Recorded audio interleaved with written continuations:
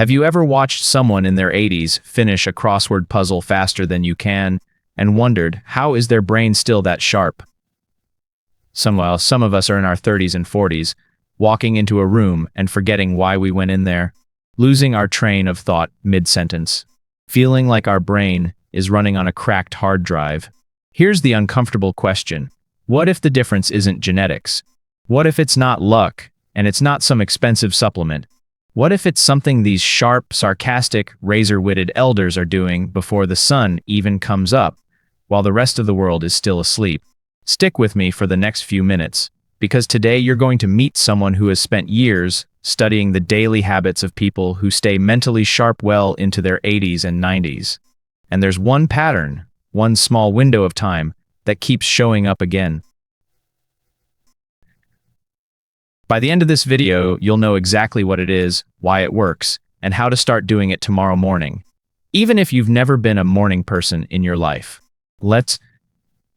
Now, before we go further, I have to clear something up, because most of us have been told about aging and memory that just isn't true. That's right, Alex. The story most people believe is cognitive decline is inevitable.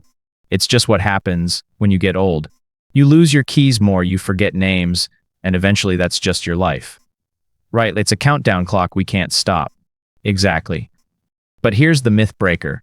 Researchers who study something called superagers, people in their 80s and 90s whose memory and focus test better than average 50-year-olds, have found that a huge portion of that sharpness isn't random. It's built. So it's not that these people won some genetic lottery. Some genetics play a role, sure. Nobody's denying that. But when researchers looked closely at daily patterns, one thing stood out again and again. What these sharp elders were doing in the earliest hours of the morning, often well before sunrise. Which means, if it's behavior, and not just biology, then it's something you can start borrowing. Today. Okay, I need you to explain this in a way that doesn't make my head spin. Because the second someone says neuroscience, my brain checks out. Fair. Let's use an analogy. Think of your brain like a phone battery. Okay, can work with that. During the day, your brain uses energy constantly, thinking, remembering, reacting to stress, scrolling your phone. By the end of the day, that battery is drained, and drained batteries don't charge well in a noisy, bright room with a dozen apps still running. So, time sleep is like plugging in the phone but leaving 15 tabs open. But here's fascinating. Researchers who study circadian biology, that's your internal body clock, have found there's a specific window in the very early morning where your brain naturally shifts into what's sometimes called a low-noise state. Cortisol, which is your alertness hormone, is just beginning to rise. The world is quiet. There's no traffic, no notifications, no one asking you for anything. So it's basically the one moment in 24 hours where your brain isn't being pulled in 6 directions. Exactly right. And here's the part that surprised even me when I started researching this. Many of the sharpest elderly minds I've studied wake up during that exact window. And they use it, not scrolling, not for chores, for a very specific, short ritual that seems to protect the brain over decades. Okay, now I need to know what it is. We're getting there. But first, let's talk about what you're actually going to walk away with today. Here's exactly coming in this video. Dr. Voss and I are going to break down 5 specific parts of this 4 a.m. ritual, 5 small, science-backed habits that together form this early morning pattern we keep seeing in mentally sharp elders. For each one, we'll cover exactly how to do it, step by step. Why it works, explained simply. The real benefits you can expect. How long or how often to do it. And how to fit it into your life, even if you're not waking up at 4 a.m. You do not need to set an alarm for the middle of the night to benefit from this. We'll show you how to adapt the entire ritual to whatever time you actually wake up. By the end, you'll have a complete, doable morning sequence that takes less than 30 minutes and could be one of the most important investments you make in your future memory, focus, and independence. Quick hello if you're new here. Welcome to Longevity Lab, the channel where we take real research on aging, brain health, and longevity and turn it into simple habits anyone can actually use. No hype, no miracle cures, just what the evidence actually says. I'm Alex, and today I'm joined by Dr. Maren Voss, a researcher who has spent over a decade studying cognitive aging and the daily habits of people who stay sharp well into their 80s and 90s. Dr. Voss, thank you for being here. Thrilled, Alex. This is a topic I genuinely think more people need to hear about because it's simple, it's free, and it's backed by real science. I love combination. Before we dive into the ritual itself, I want to ask you, yes, you watching this, a quick question. Drop your answer in the comments because I genuinely want to know. What time do you naturally wake up, and do you feel sharp or foggy in that first hour? I'll be reading through the comments after this goes live, so let us know. It'll also help you compare your own patterns to what we're about to break down. Okay, now let's talk about why so many sharp elders are early risers in the first place. So Dr. Voss, walk me through it. Why does the timing of a morning routine matter so much? Couldn't someone just do these habits at 9 a.m. instead? Great question, and the honest answer is, timing helps, but it's not magic. Let me explain another analogy. Think about a lake early in the morning, before anyone's been out on it, completely still, glassy, you can see straight to the bottom. Right, versus later in the day when boats have been through it. Exactly, choppy, murky, hard to see anything clearly. Your mind, first thing in the morning, is a lot like that still lake. Before emails, before news, before conversations, your thoughts are less churned up.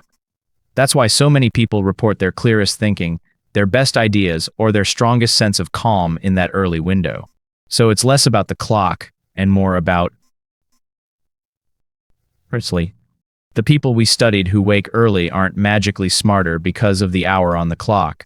They're benefiting because they're getting to their brain before the world does. And several small habits, done consistently in that quiet window, seem to compound over years into real, measurable differences in memory and focus. Okay, so it's less 4 a.m. is magic and more quiet, uninterrupted mornings are magic, and 4 a.m. just happens to guarantee that quiet. You said it better than most of my colleagues do. Take that as a win. All right, before we get into the actual steps, let's talk safety, because I know some people are going to want to jump straight into cold water and empty stomachs, and we need to talk about that responsibly first. Yes, important. A few quick notes before anyone tries this. Go for it. First, this video is educational, not medical advice. If you have a heart condition, blood pressure issues, are pregnant, or have any diagnosed health condition, check with your doctor before making changes to things like temperature exposure, fasting windows, or exercise routines. Second, please don't force yourself out of a full night's sleep just to hit a specific hour. If you're only sleeping 4 hours to catch the 4 a.m. window, you're doing more harm than good. Sleep quality and duration always come first. Third, start slow. If a step involves something like cold exposure, ease into it. Don't dive into an ice bath because a video told you to. So the theme is, adapt this to your body, don't force your body to adapt to the routine. Exactly that. Perfect. Now, let's get into it. 5. This ritual. The first thing almost every sharp elder I studied has in common is this. They don't touch a screen for at least the first 10 minutes after waking up. Okay, that alone is going to be hard for a lot of people watching this. I know. But let's break down how to actually do it. When you wake up, whether that's 4 a.m. or 7 a.m., leave your phone in another room, or at minimum, face down and untouched. Instead, just sit up, breathe, and let your mind settle for those first 10 minutes. Some people stretch. Some people sit in silence. Some journal. We'll get to that. Why does that matter much, though? Just 10 minutes. Here's the science, in plain terms.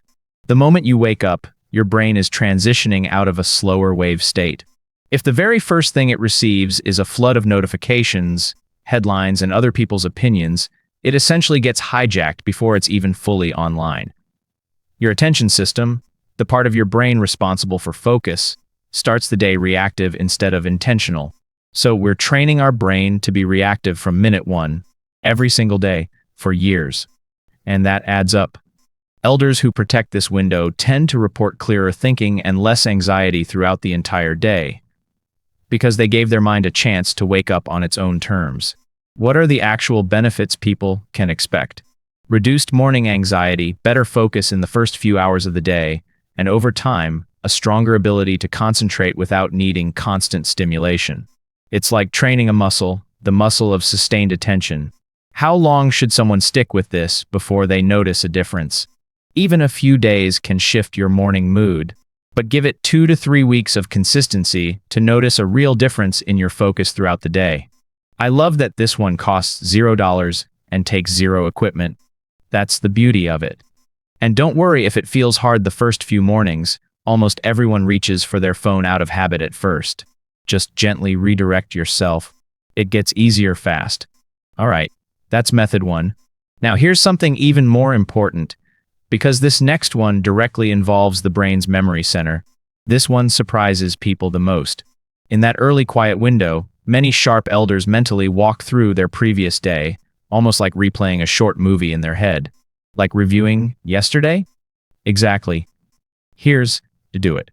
Close your eyes, or just sit comfortably, and mentally retrace your previous day from morning to night. Not judging it, not analyzing it, just recalling it. What do first? Who did you talk to? What was one moment? That sounds like a memory workout. It is, quite literally. This is based on a well-known memory principle called active recall. The idea that pulling information out of your brain strengthens it far more than simply reviewing it passively. Think of your memory like a hiking trail. Okay, walk me through that one. A trail that never gets walked becomes overgrown and disappears. But a trail you walk regularly stays clear and easy to follow. Every time you actively recall something, you're walking the trail of that memory pathway, keeping it strong and accessible. So doing this daily is basically trail maintenance for your brain. Perfectly. And the benefit compounds. People who practice regular recall tend to have stronger long-term memory retention as they age, because they're constantly reinforcing the pathways instead of letting them fade. How long should this take, and how often? Just 2 to 3 minutes every morning. You don't need to remember every detail, even a rough recap counts. Consistency matters far more than perfection here. I actually love this one, because it's like proof that your memory still works, first thing in the morning, before you've even had coffee. Exactly, and that small win, that hey, my brain's working, tends to set a confident tone for the whole day. Okay, but here's what caught my attention when we were prepping for this video. This next one isn't about the mind at all. It's physical. That's not the biggest mistake people make. The biggest mistake is skipping it entirely because they assume it doesn't matter. This one is deceptively simple, getting natural light, real daylight, not a lamp, within the first 30 to 60 minutes of waking. Even before sunrise, if someone's up at 4 a.m., great catch, that's exactly why timing gets adapted here. If you wake before sunrise, you simply step outside as close to sunrise as possible, or use a bright light source in the meantime. The goal is, get your eyes real daylight early, before you're staring at a screen for hours. How do you actually do this step by step? Step outside, a porch, a balcony, even opening a window and standing near it works. No sunglasses. You don't need to stare at the sun, just let the natural light hit your eyes and skin for 5 to 10 minutes. Some people combine it with a short walk. Why is this connected to brain sharpness specifically? Here's the analogy I love for this one. Think of your body clock like an orchestra conductor. Every organ, every hormone system, is a musician waiting for their cue. Morning light is the conductor's signal that tells the whole orchestra, okay, the day has begun, everyone start playing in sync. And without that signal, the orchestra, out of sync. Your sleep hormones, your alertness hormones, even your appetite hormones, start drifting out of rhythm. Over years, a poorly synced body clock has been linked to worse sleep quality, and poor sleep is one of the biggest known risk factors for cognitive decline. So this one habit is basically keeping your entire internal system in rhythm. Exactly. And the beautiful side effect? People who get consistent morning light tend to fall asleep more easily at night, which means better quality deep sleep, which is when your brain does its actual memory consolidation work. What's the benefit timeline here? Some people notice better sleep within a few days. Full circadian benefits build over several weeks of consistency. And if it's raining, or someone lives somewhere dark in winter, do your best Even light through a window helps somewhat, though outdoor light is far stronger. Don't stress about perfection, just consistency. Good news for those of us not blessed with year-round sunshine. Alright, now here's something even more important, because this next method is the one most people have never even heard of. This is one of my favorites, and it's the one that consistently shows up in interviews with the sharpest elders I've studied. Every morning, they do one small, slightly novel task, something just outside their normal routine. Like what, exactly?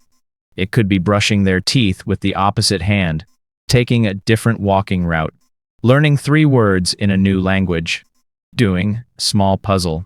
The task itself barely matters. What matters is that it's new or slightly challenging. How do you actually build this into a morning? Pick one small novel task, 5 minutes or less, and do it after your light exposure. Keep a rotating list if that helps. A new word, a riddle, a stretch you've never tried, rearranging something on your desk.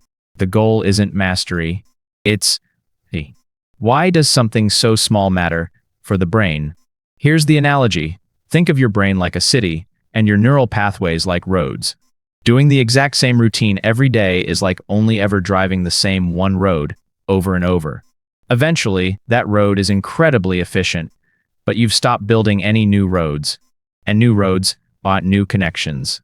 Neuroscientists call this cognitive reserve, essentially a buffer of brain flexibility that gets built by regularly challenging your brain with new information or unfamiliar tasks.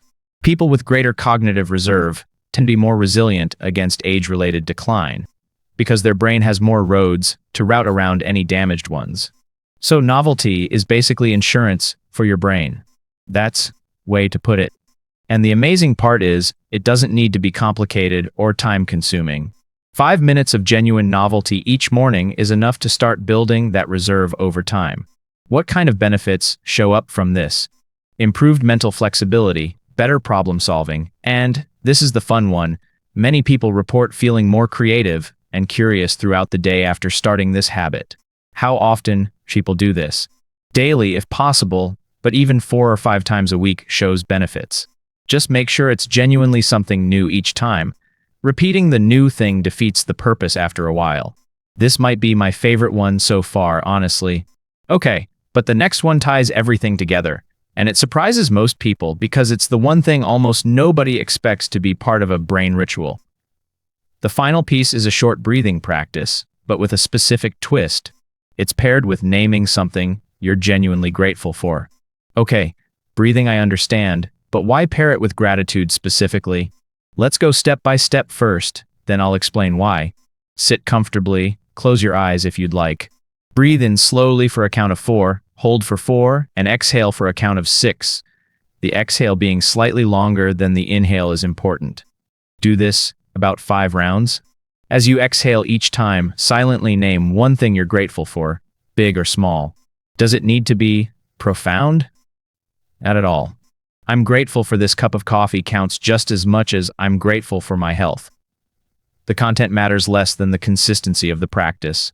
Why combine breath with gratitude instead of just doing one or the other? Here's the analogy. Think of your nervous system like a thermostat. Long exhales physically signal your body to shift out of alert mode and into calm mode. It's a direct physiological switch. Now, gratitude does something similar, but for your emotional state. It shifts your mental focus away from stress or worry and towards something positive.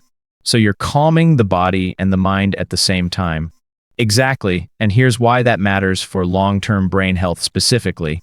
Chronic stress has been strongly linked to accelerated cognitive aging. Elevated stress hormones over years can affect memory-related brain regions. So a 2-minute practice that actively lowers stress, done daily, first thing in the morning, isn't just feel good, it's protective. That's a much bigger deal than I expected from something that takes 2 minutes. That's exactly the response I get from most people. It's the most underestimated step of the entire ritual, and yet in my interviews it was one of the most consistently mentioned habits among the sharpest elders. How long? How often? 5 rounds of breath, so roughly 2 to 3 minutes every single morning. It's short enough that there's really no excuse to skip it. I think that's the beauty of this whole ritual, actually. None of these 5 steps require more than a few minutes. That's, Longevity habits that survive long-term are almost always the simple ones. Complicated routines get abandoned. Simple ones become part of who you are. Let's do a quick recap before we wrap up, because I want this to actually stick with you. 5 methods. 10 silent, screen-free minutes to protect your attention from the moment you wake. A 3-minute memory walkthrough of yesterday to keep your recall pathways strong. Natural light exposure early to sync your internal body clock. 1 small novel task to build cognitive reserve. Gratitude-anchored breathing to lower stress hormones that accelerate cognitive aging. Total time? Well under minutes. And here's something even more important than any single step. Alex, can I add something here? Please. None of these 5 habits are impressive on their own. If I told you breathe deeply for 2 minutes by itself, you'd shrug. But together, done daily over years, this is what separates a foggy, reactive morning from a clear, intentional one. And a clear, intentional morning, repeated for decades, is genuinely part of what we see in the sharpest minds at 80 and 90 years old. So it's not one ritual that changes your life in a day. It's the compounding of tiny, unimpressive habits. Exactly. Nobody transforms their brain health in a week. But 5 years from now, the version of you who did this every morning is going to be in a completely different place than the version who didn't. That's honestly a little emotional to think about, the idea that our future selves, and how sharp we'll be at 70, 80, 90, is being shaped by what we do in the next 10 minutes after we wake up tomorrow. That's point. This isn't about chasing some perfect 4 a.m. wake-up time. It's about protecting a quiet window, however early it is for you, and using it intentionally instead of letting the world grab your attention first. Before we go, what's the one thing you want people to remember if they're about to try this starting tomorrow? 3 things. First, consistency beats intensity. Doing all 5 steps imperfectly every day will get you further than doing them perfectly once a week. Second, be patient. You're not going to feel like a superger after one morning. Give it 3 to 4 weeks before judging whether it's working. And third, the biggest mistake I see is people trying to do everything at once and burning out by day 3. Start with one of these 5 steps, masked for a week, then the next. So build it like a staircase, not a cliff jump. Exactly. 1 step at a time, literally. I love that. Dr. Voss, this has genuinely changed how I think about my own mornings. Thank you so much for breaking this down. Thank you, me, Alex. And to everyone watching, your brain at 80 is being built right now, one morning at a time. All right, if you got value from this, do me a favor and hit that like button. It genuinely helps this video reach more people who need to hear it. Drop a comment letting us know which of these 5 steps you're going to try first. I read every single one, and I'll be checking in on your progress. And if you're not subscribed yet, hit that button now, because next week we're going deeper into one specific habit that came up over and over in Dr. Voss's research, something even more surprising than this morning ritual. In fact, if you want to understand why your sleep quality might be secretly sabotaging everything we just talked about, there's a video right here that breaks down exactly that. And trust me, after watching this one, you're going to want to watch that one next.